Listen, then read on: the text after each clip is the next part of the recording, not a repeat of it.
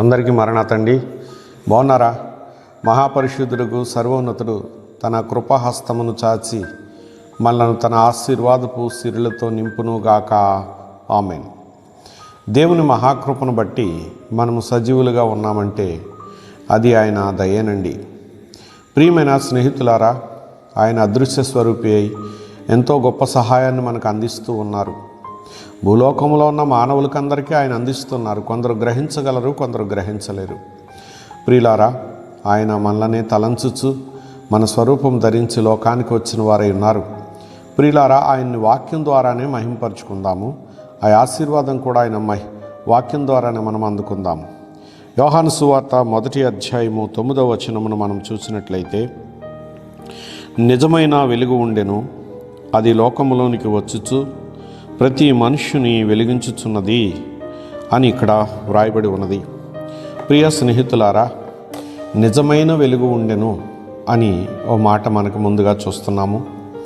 ప్రియులారా, ఆ నిజమైనటువంటి వెలుగు మరి లోకంలోనికి వచ్చింది.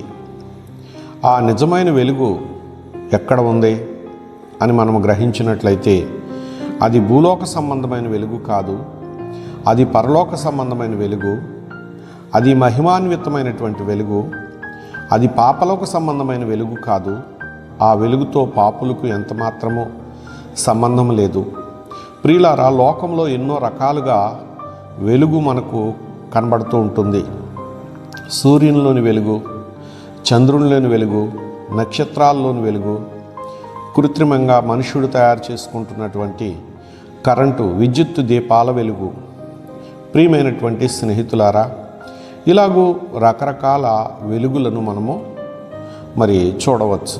అయితే ఇవి ఏవి కూడా మరి అసలైన నిజమైన వెలుగులు కావు అని ఆయన ఇక్కడ మనకు సెలవిస్తూ ఉన్నారు. నిజమైన వెలుగును గురించి ఆయన ఎంతో చక్కగా మనకు తెలియజేస్తూ ఉన్నారు. అయితే ఇక్కడ నిజమైన వెలుగు ఉండెను, అది లోకంలోనికి వచ్చుచు ప్రతి మనుష్యుని వెలిగించుతున్నది అన్నారు. ఈ నిజమైన వెలుగు మనుష్యులను వెలిగించేటటువంటి వెలుగు. ప్రతి మనుష్యుణ్ణి కూడా వెలిగించటానికై బయలుదేరిన వెలుగు ఇది దేవుని దగ్గర నుంచి వచ్చినటువంటి వెలుగు. ఇది దేవుని వెలుగు.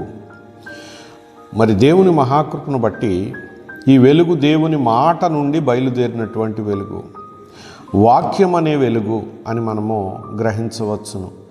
ఈ వాక్యపు వెలుగు ప్రతి మనుషుని యొక్క హృదయాన్ని వెలిగించేదిగా ఉన్నది.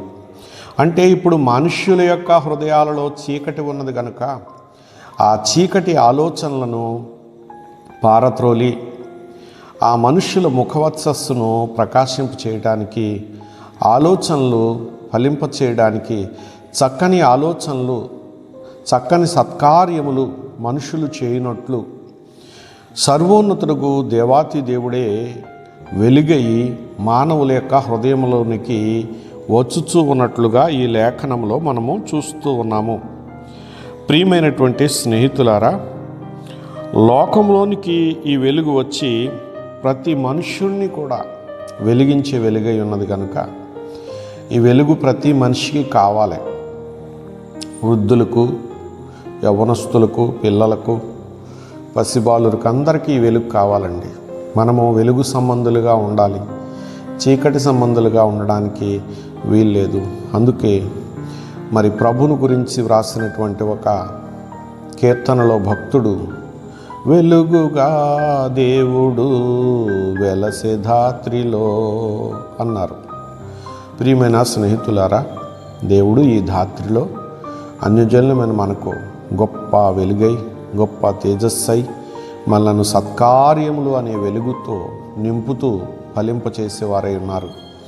ఇట్టి సత్కార్యములు అనే వెలుగుతో మనలను దీవిస్తూ దినదినాభివృద్ధి గావిస్తూ పరలోక తేజోవారసులుగా నడిపించునుగాక. ఆమేన్. చిన్న ప్రార్థన చేసుకుందామండి. మహాపరిశుద్ధుడైన ప్రభువా, దేవుని పోలికలో మానవులు ఈ లోకంలో జన్మించిన వారుగా ఉన్నారు. కానీ వారి అంతరంగంలో ఉన్న ప్రతి విధమైన లోక సంబంధమైన, పాతాళ సంబంధమైన, అపవాది సంబంధమైన చీకట్లెన్నో ఉన్నవి. అవి పలు విధాలుగా కనబడుతూ ఉన్నవి. వాటన్నింటినీ పారద్రోలేటటువంటి వెలుగు నిజమైన వెలుగు.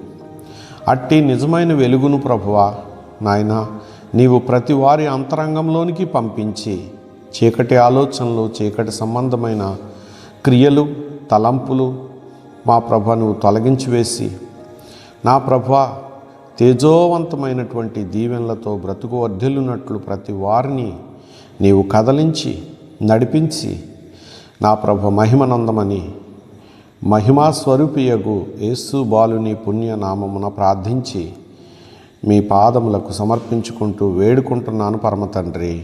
ఆమేన్. అందరికీ మరణాతండి.